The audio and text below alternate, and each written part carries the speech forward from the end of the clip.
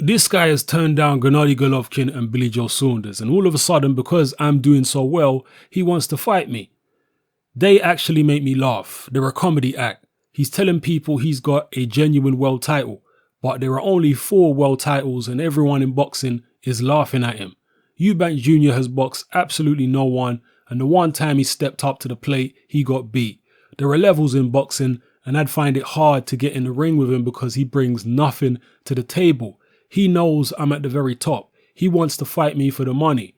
It would be a big fight in England, but I don't really want to give him a chance. I remember being in his position a couple of years ago when I was the mandatory challenger for Carl Froch's world title, and he wanted nothing to do with me because he thought I hadn't boxed anyone and I wasn't at his level. Well, I'm in the same position now.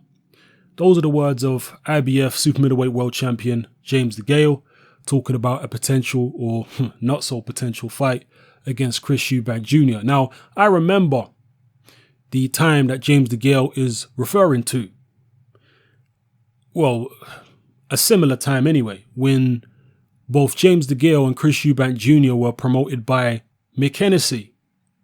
And there were several interviews on IFL with James Degale saying that he wanted to fight Chris Eubank Jr. In fact, there was one interview where Mick Hennessy was actually in the video.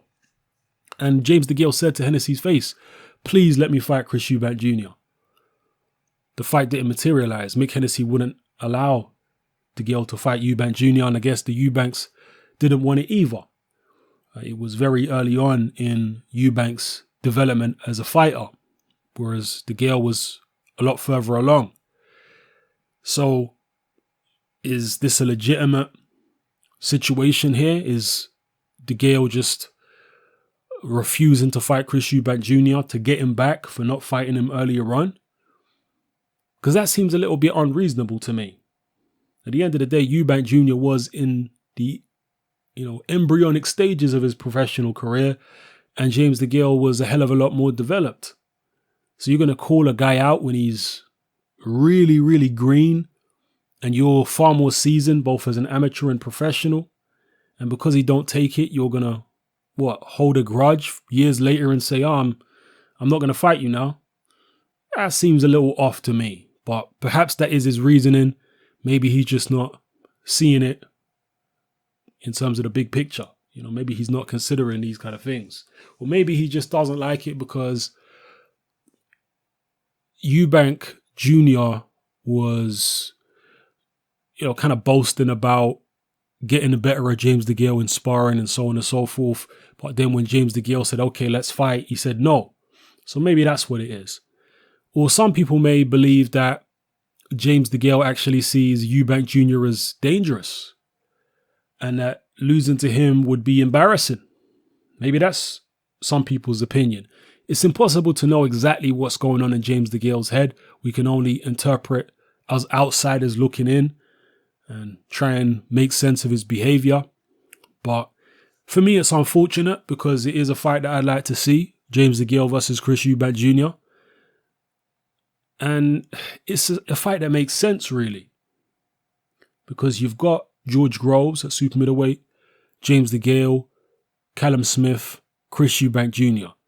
We could have I don't want to say a replica, but we could have a situation very similar to the 1990s when you had the likes of Nigel Benn, Chris Eubank, Steve Collins, Michael Watson. And towards the end of that era, you had, Steve Collins came towards the end of that era, but you also had guys like Robin Reed. You had a whole heap of British super middleweight talent. Joe Calzaghe at the very, very end of that era came in right at the end of the Eubank Benn era. So you had a whole bunch of world-class, very talented British, and in the case of Steve Collins, Irish super middleweights all fighting each other. I'd love to have a similar situation to that now, where you've got Eubank, Degale, Groves, and Callum Smith all fighting each other in some type of round robin situation. Wouldn't that be great?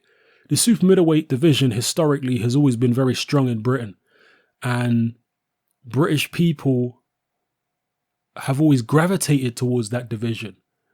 It's always been very competitive in Britain, and other people have said, and it's probably true, that the average size man, when he gets in shape in Britain, is probably a super middleweight. You know, guys who weigh 170, 175 pounds, because that's how big most super middleweights are when they're actually in the ring fighting. So yeah, I guess the average guy probably weighs 175 pounds when he's in shape in the UK. So that represents somebody who the average guy in Britain can relate to and think, oh, that could be me because I'm around that kind of size. So yeah, whatever the case may be, it's a popular division in Britain, and I'd love to get a round robin rivalry situation where everybody's fighting each other going. So hopefully James Degale changes his mind. Maybe if Chris Eubank Jr. gets in there with one of the other guys, a George Groves or a Callum Smith, and manages to beat them, or, you know, beat somebody else that is highly ranked in the world, maybe then James Degale will change his mind and say, okay, he's got something worth, you know, fighting him for now. So we'll see. If the fight were to take place, who do you think would win? Is Chris Eubank Jr. improved enough? Does he still need some improving? Is James Degale getting to the point where he's shot worn? Because he's had a lot of tough fights. And his defense certainly ain't getting no better. You look at the Lucian Bute fight. That was a tough fight. He had to take quite a lot of punishment, particularly in the second half of that fight.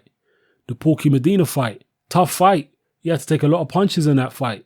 And obviously this last fight against Badou Jack, again, a lot of punches that he had to take, particularly in the Badou Jack fight. Actually, that's the most punishment he's ever taken in any fight. So that kind of stuff does take years of your career, and it does damage you. You can't go through tough fight after tough fight after tough fight and not pick up wear and tear. It has to be of a detriment to you to be absorbing that much physical punishment fight after fight. Will that tell enough in his next few outings to allow Chris Eubank Jr. to get in there and, if not beat him, then maybe come close to beating him? You let me know what you think in the comment section below. It's happening. I'm out.